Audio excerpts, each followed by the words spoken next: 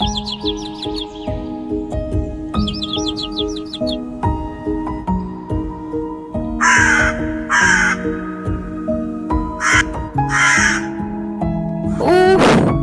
আজ কি ভীষণ গরম।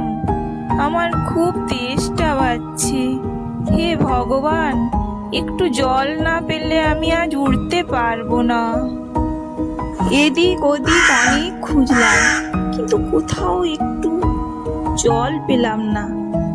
ওই গরুটাও জলের খোঁজে ঘুরছে। আরে, ওই দূরে তো একটা মাটির কলসি, তাড়াতাড়ি যাই, জল আছে। হ্যাঁ, সত্যি জল আছে, কিন্তু এ কি, জল তো অনেক নিচে। আমি খাবো কি করে? কি উপায়, কি উপায় একটা বের করতে হবে। আইডিয়া পেয়েছি, পেয়েছি। আমি জল খেয়েই তবে যাব।